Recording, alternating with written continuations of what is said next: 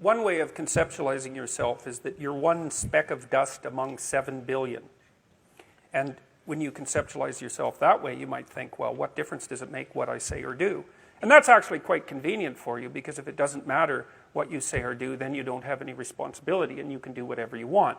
The price you pay for that is a bit of nihilism, but if you don't have to shoulder any responsibility, that's a small price to pay. That's the underground motivation for nihilism. But the other way of looking at it, and this is actually the accurate way of looking at it, is that you're in a network. You're a node in a network, and so you can do a little bit of arithmetic very rapidly and just figure out how powerful you are. You know 1,000 people. You're going to know more than that over the course of your life, but let's say 1,000 for the sake of argument for now. They know 1,000 people. That means that you're one person away from 1,000,000 people and 2 persons away from 1,000,000,000 people. And you're the center of that network. And now the way networks work is that information propagates in a network manner. So don't underestimate the power of your speech.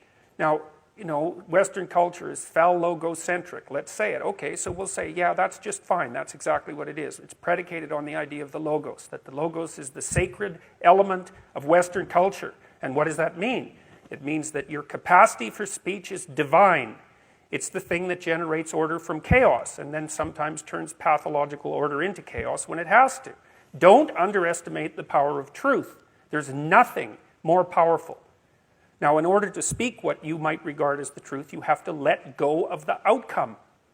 You have to think, all right, I'm going to say what I think, stupid as I am, biased as I am, ignorant as I am. I'm going to state what I think as clearly as I can, and I'm going to live with the consequences no matter what they are. Now, the reason you think that, that's an element of faith. The idea is that nothing brings a better world into being than the stated truth. Now, you might have to pay a price for that, but that's fine. You're going to pay a price for every bloody thing you do and everything you don't do. You don't get to choose to not pay a price. You get to choose which poison you're going to take. That's it.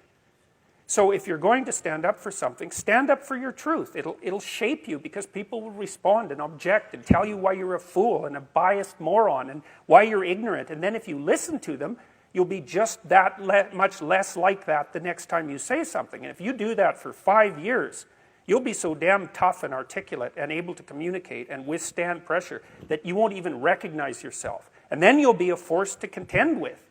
And you don't get to wait until, because I get letters like Gad Saad gets all the time too, from faculty members in particular, and they say, well, you know, when I get tenure, it's like, then they think, well, when I'm an associate professor, and then they think, well, when I'm a full professor, it's like, if you're a professor already, you're like the most protected person in the history of the planet, you know, and you need, well, okay, but one of the things that indicates is that it's almost impossible to provide people with enough protection so that they feel safe to speak.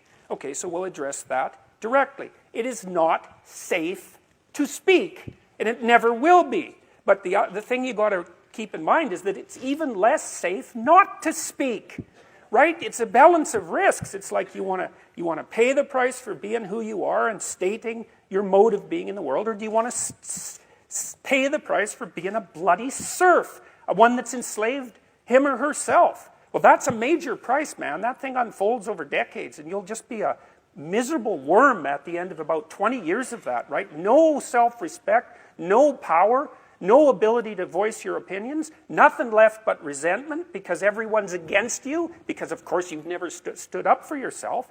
It's like, say what you think carefully, pay attention to your words. The price is, it's a price you want to pay if you are willing to believe that truth is the cornerstone of society. And in the most real sense, if you're willing to take that leap, then tell the truth and see what happens. And nothing better could possibly happen to you. There'll be ups and downs, and there'll be pushback, and there'll be controversy and all of that, but it doesn't matter. The truth is what makes the world, the truth is what redeems the world from hell, and that's the truth.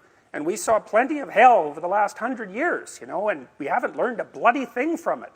It's like, wake up, tell the truth, or at least don't lie. That's a start. And you got to understand that's a risk. But I have one more brief thing to say about that. So, you know, I said what I had to say back in September, and I'm sure that I could have done it better, and many people have told me how I could have done it better, although it didn't mean they would actually do it, but